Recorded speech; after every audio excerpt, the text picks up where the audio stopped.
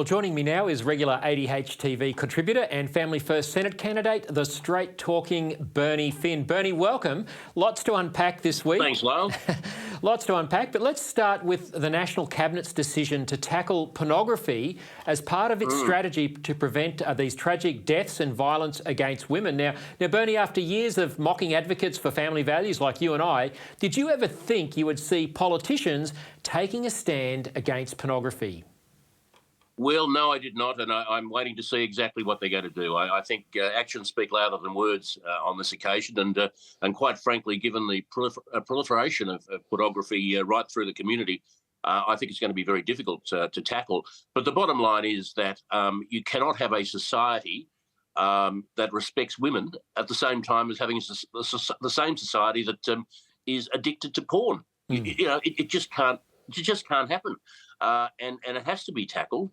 You know, this stuff that is everywhere.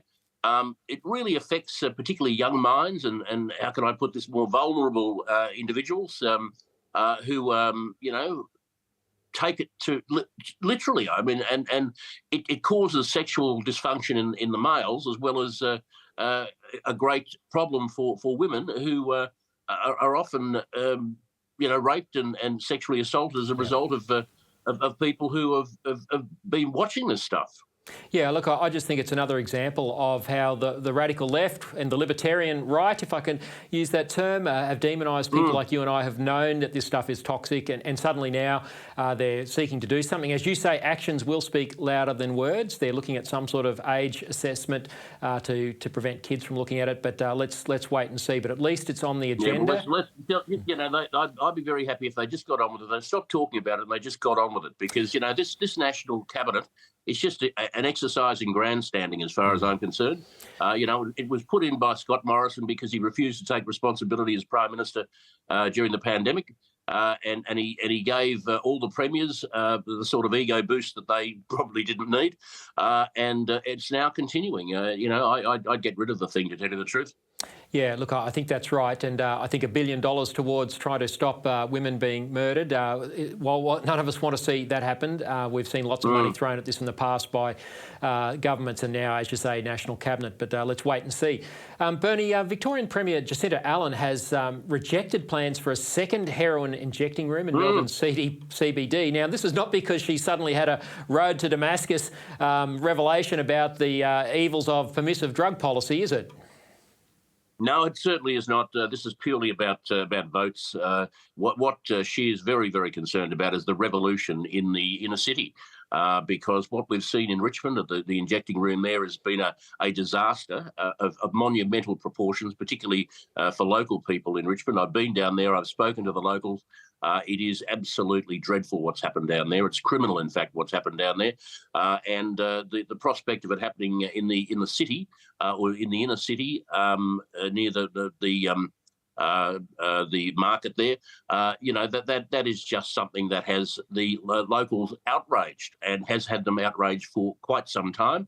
And she knew that there would be a revolution of sorts if she was to force that onto those people. So, you know, it's a good decision, but it's not a decision based in good policy. It's a decision based on her political needs, as indeed we've come to expect from the Victorian government.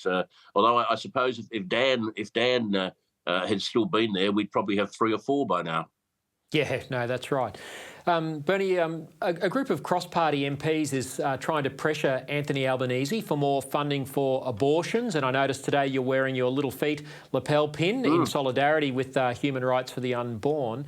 But this group of MPs, they still want the Labor government to take away funding from private hospitals which refuse to perform abortions.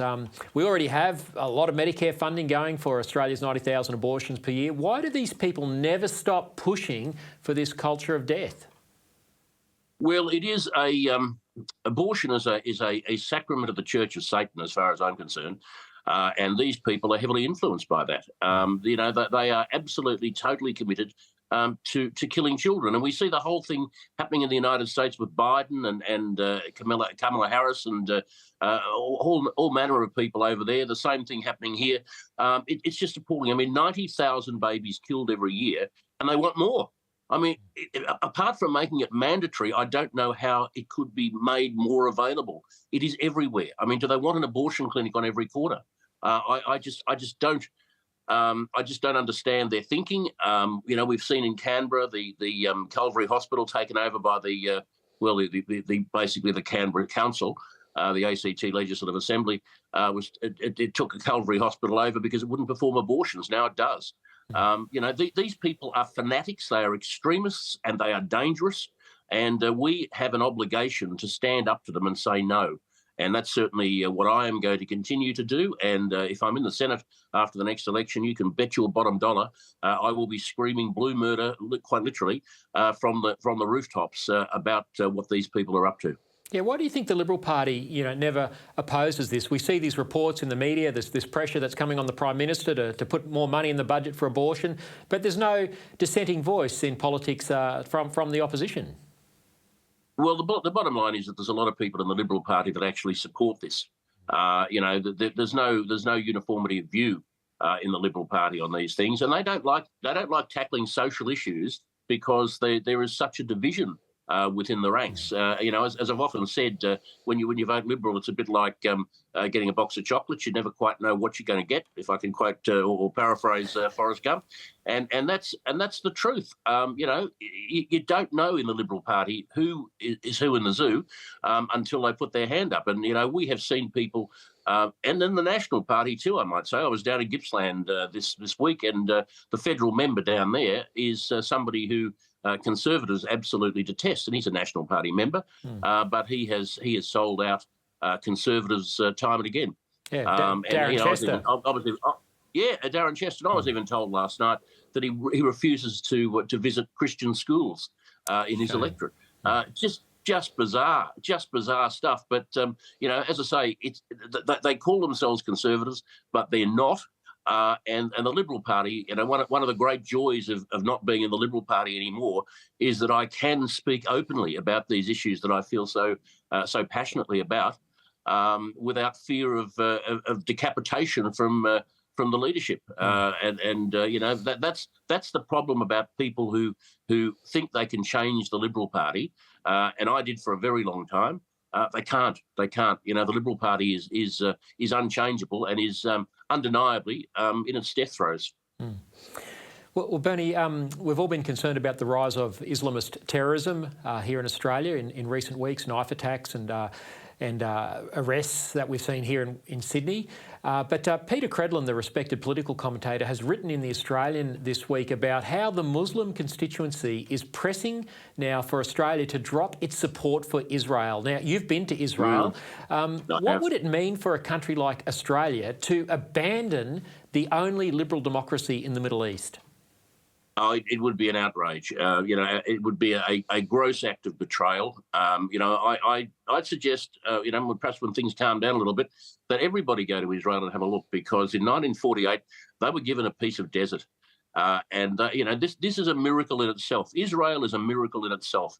They have turned that piece of desert into a modern, civilized society.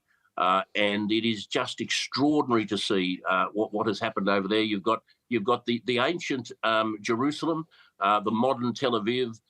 It is just a wonder to behold what's happening over there. And for us to betray Israel would be just a disgrace. And I don't think we would ever be able to show our face in public again. We are supposed to be a part of the civilized world. If we were to throw our hat into the ring with people who are rapists and murderers and kidnappers, well then we would it would be forever to our shame. No, well said. Bernie, you've mentioned the ABC. I think we're all frustrated by the ABC. That's why we're all watching ADH TV. But what's happening to the ABC ratings at the moment? Well, they are continuing to plummet, and that's not surprising. This is nothing new. This is a continuing saga, if you will. They have been plummeting, particularly the radio ratings in Melbourne and in Sydney. The breakfast show ratings are now down to about 5% or something like that, which is just unsustainable, I would have thought, particularly for the so-called national broadcaster. But let's be frank about it. It's not a national broadcaster. It is, in fact, a national disgrace. And I would get rid of it. I would pull the plug on the ABC. $1.5 billion every year spent on the ABC is not good value for money. I can think of a lot of things that need that sort of money, or indeed return it to the taxpayer. That would be a good thing as well. But the ABC it is the leader of all things left wing in this country, and it should be shut down. And certainly, again, if I'm in the Senate after the election, that view will be repeated almost on a daily basis, because I just feel so strongly about it that we cannot afford as a country to have these people undermining the nation as they do constantly, and us, we are the ones that are paying for it. Yeah. I just can't work that out at all. It's these people are they're not just left wing; they're anti-Australian. Yeah. And if you, unless you have that view, unless you subscribe to that hard left anti-Australian view, you just can't get a gig in the ABC.